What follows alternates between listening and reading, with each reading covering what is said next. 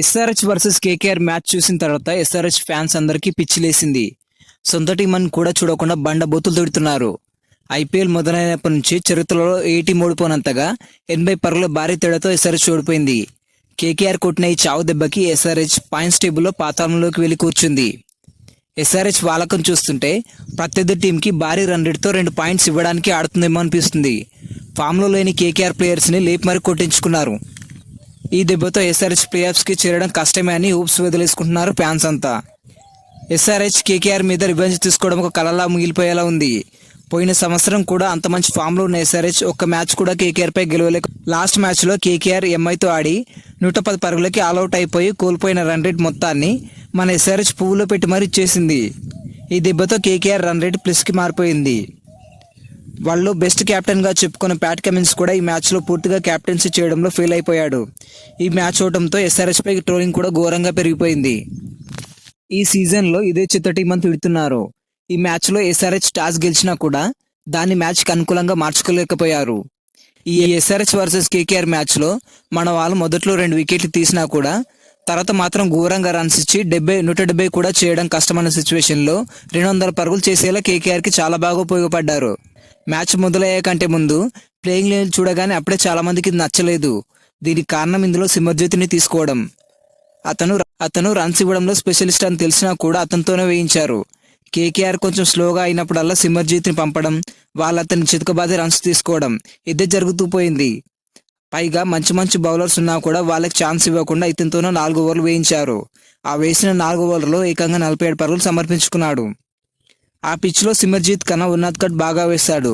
అతను వేసే కటర్స్కి కేకేఆర్ బ్యాటర్స్ని త్వరగా అవుట్ అయ్యేలా చేసేవి. కానీ ఈ మ్యాచ్లో ప్లేయింగ్ 11 ఎవరు సెట్ చేశారో కానీ వాళ్ళకి దండం పెట్టాలి. కేకేఆర్ పిచ్ స్పిన్నర్కి ఎక్కువ అనుకూలంగా ఉంటుంది. మన ఎస్ఆర్హెచ్ టీంలో కూడా 2 మంచి స్పిన్నర్స్ ఉన్నా కూడా వాళ్ళని సరిగ్గా వినియోగించుకోవడంలో కమిన్స్ ఫెయిల్ అయ్యాడు. జీసన్ అన్సార్ని 3 ఓవర్లు మాత్రమే వేయించారు. ఈ మ్యాచ్లో తీసుకున్న మరొక best all rounder cum best spinner ఎవరంటే కమందు మెండిస్. ఇతను 2 చేతులతో స్పిన్ వేయగల ఏకైక ప్లేయర్. ఇతనికి ఇచ్చిన 1 ఓవర్లో కూడా 4 పరుగులు ఇచ్చి 1 వికెట్ తీసుకున్నాడు. అలాంటి ప్లేయర్కి మళ్ళీ వేయడానికి ఛాన్స్ ఇవ్వలేదు. ఇది ప్యాట్ కమిన్స్ చేసిన అతిపెద్ద తప్పు. ఇతను ఇంకో 3 ఓవర్లు వేస్తుంటే మ్యాచ్ మరోలా ఉండేది.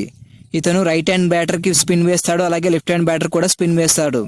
బ్యాటర్లను భ్రమలో పడేసే అరుదైన ప్లేయర్. ఇలాంటి వారిని పక్కన పెట్టడంతో ఫ్యాన్స్ అందరూ ఎస్ఆర్హెచ్ని బండబూతులు తిడుతున్నారు. బ్యాటింగ్లో కూడా అందరు అవుట్ అవుతుంటే ఇతను మాత్రం తన వంతుగా టీంకి 7 పరుగులు సమకూర్చాడు. ఈ ప్లేయర్కి సంబంధించిన మరొక గొప్ప విషయం ఏంటంటే ఐపీఎల్ కోసం అలాగే ఎస్ఆర్హెచ్ టీం కోసం తన హనీమూన్ కూడా క్యాన్సిల్ చేసుకున్నాడు. పోయిన నెల మార్చిలోనే నిష్ని అనే అమ్మాయితో ఇతనికి పెళ్లి జరిగింది. దీంతో వీళ్ళ హనీమూన్ని విదేశాల్లో ప్లాన్ చేసుకున్నారు. ఇక అప్పుడే అతనికి ఐపీఎల్ నుంచి పిలుపు రావడంతో తనను నమ్మి కొనుక్కున్న ఎస్ఆర్హెచ్ టీం కోసం హనీమూన్ కూడా వదిలేసి మరీ వచ్చేశాడు. కానీ అతనికి గత 3 మ్యాచ్ల్లో ఏ ఒక్కసారి కూడా ప్లేయింగ్ లెవెన్లో ఛాన్స్ ఇవ్వలేదు. ఈ కేకేఆర్ మ్యాచ్లో వియాన్ మల్డర్ స్థానంలో ఛాన్స్ ఆ వచ్చిన ఛాన్స్ను కూడా కరెక్ట్గా వాడుకున్నాడు. దీంతో హనీమూన్ కంటే ఐపీఎల్కే ఎక్కువ ఇంపార్టెన్స్ ఇచ్చి ఐపీఎల్ పట్ల తనకున్న గౌరవాన్ని చూపించడంతో అందరు ఇతను మెచ్చుకుంటూ కామెంట్స్ కూడా పెడుతున్నారు. ఇక మ్యాచ్లో షమి మిగిలిన వాళ్ళకంటే కొంచెం బెటర్గా వేశాడని చెప్పొచ్చు. ఇందులో కెప్టెన్ కమిన్స్ కూడా దారుణంగా విఫలమయ్యాడు. 4 ఓవర్లు వేసి 1 వికెట్ తీసుకొని 44 పరుగులు సమర్పించేశాడు. ఇతను బౌలింగ్లో వెంకటేష్ అయ్యర్ పండుగ చేసుకున్నాడు.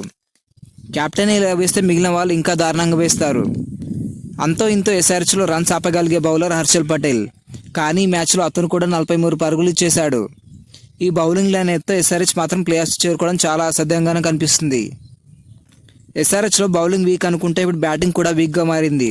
వరుసగా 3 మ్యాచ్లు ఓడిపై హ్యాట్రిక్ కొట్టింది.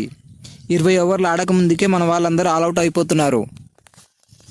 ఒకప్పుడు 286, 287 పరుగులు చేసిన ఎస్ఆర్హెచ్ ఇప్పుడు 120, 160 పరుగుల కంటే ఎక్కువ చేయలేకపోతుంది. ప్రపంచంలో గొప్ప బౌలర్లు కూడా ట్రావిస్ హెడ్, అభిషేక్ శర్మల విధ్వంసకర బ్యాటింగ్కి భయపడతారు. కానీ ఈ సంవత్సరం మొదటి మ్యాచ్ తప్ప ఈ 2 ఆటగాళ్లు అప్పటి నుంచి వరుసగా 3 మ్యాచ్లు ఫెయిల్ అవుతూనే వస్తున్నారు. ముఖ్యంగా అభిషేక్ శర్మ ఇప్పటివరకు ఏ మ్యాచ్లో కూడా మంచి స్కోర్ చేయకుండా త్వరగా అవుట్ అవుతున్నాడు. వీళ్ళ ఆట తీరు ఎస్ఆర్హెచ్ ఓటమికి మొదటి కారణంగా మారుతుంది.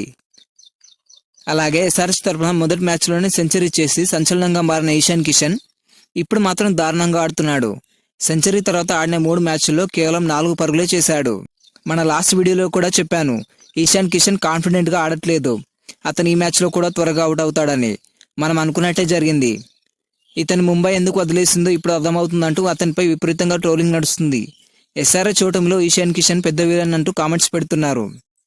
ఇతను కూడా మరో హ్యారీ బ్రూక్లా మారుతున్నాడు. ఇక ఎస్ఆర్హెచ్లో నిలకడైన ప్లేయర్గా నితీష్ కుమార్ రెడ్డికి మంచి పేరుంది. కానీ ఇంజురీ తర్వాత కంబ్యాక్ ఇచ్చిన నితీష్ రెడ్డి ఇంతకు ముందులా ఆడడం లేదు. మిడిల్ ఆర్డర్లో పరుగులు చేయడం ఇతని బాధ్యత. కానీ నితీష్ ఇలా చేయలేకపోతున్నాడు. ఇంజురీ తర్వాత నితీష్ రెడ్డి ప్రాక్టీస్ కూడా లేటుగా వచ్చాడు. మేబీ ఈ కారణంగానే అతను 2 మ్యాచ్ల నుంచి అదరగొడుతున్న అంకిత్ వర్మ కూడా మిస్టరీ స్పిన్నర్ వరుణ్ చక్రవర్తికి తలవంచక తప్పలేదు. ప్రస్తుతం ఎస్ఆర్హెచ్లో బాగా ఆడే ఏకైక ప్లేయర్ అనికేత్ వర్మ ఒక్కడే. అలాగే ఉన్న బ్యాటర్లందరూ పవర్ ప్లేలోనే అవుట్ అవడంతో క్లాసన్ కూడా త్వరగా ఆడాల్సి వస్తుంది. దీంతో ప్రెషర్ మొత్తం క్లాసన్ పైకి వెళ్లడంతో అతను కూడా ఒక బిగ్ క్యామియోని ఆడలేకపోతున్నాడు. వీటికి తోడు మన వాళ్ళు ఫీల్డింగ్ కూడా సరిగా చేయట్లేదు. క్యాచ్ డ్రాప్ కూడా చేస్తున్నారు. ఎస్ఆర్హెచ్ పవర్ ప్లేకి వెళ్లాలంటే ఎన్ని మ్యాచ్లు గెలవాలో తెలుసా? ఇప్పటివరకు మన వాళ్ళు 4 మ్యాచ్లు 1 మాత్రమే గెలిచి 3 మ్యాచ్లు ఓడిపోయారు. ఇంకా కేవలం 10 మ్యాచ్లే మిగిలి ఉన్నాయి. ఇందులో కనీసంగా 8 మ్యాచ్లు గెలవాలి, లేదంటే ఎస్ఆర్హెచ్ ప్లేఆఫ్స్కి చేరదు. బ్యాటింగ్, ఫీల్డింగ్, బౌలింగ్ ఇలా మూడింట్లో మన వాళ్ళు ఏది సరిగ్గా చేయట్లేదు. ఇలాంటి పర్ఫార్మెన్స్తో మన వాళ్ళు ప్లేఆఫ్స్కి వెళ్తారా లేదా కామెంట్ చేయండి. ఎస్ఆర్హెచ్కి తర్వాత మ్యాచ్ గుజరాత్తో మన హోమ్ గ్రౌండ్లో మ్యాచ్ ఉంది. అది గనక ఓడిపోయారంటే ఎస్ఆర్హెచ్ అంత దరిద్రమైన టీం ఈ 2025 ఐపీఎల్లో మరొకటి ఉండదు. కనీసం ఇందులో అయినా 2 స్పిన్నర్స్ని కరెక్ట్గా వాడుకొని మంచి బ్యాటింగ్ లైనప్తో వెళ్తే మంచిది.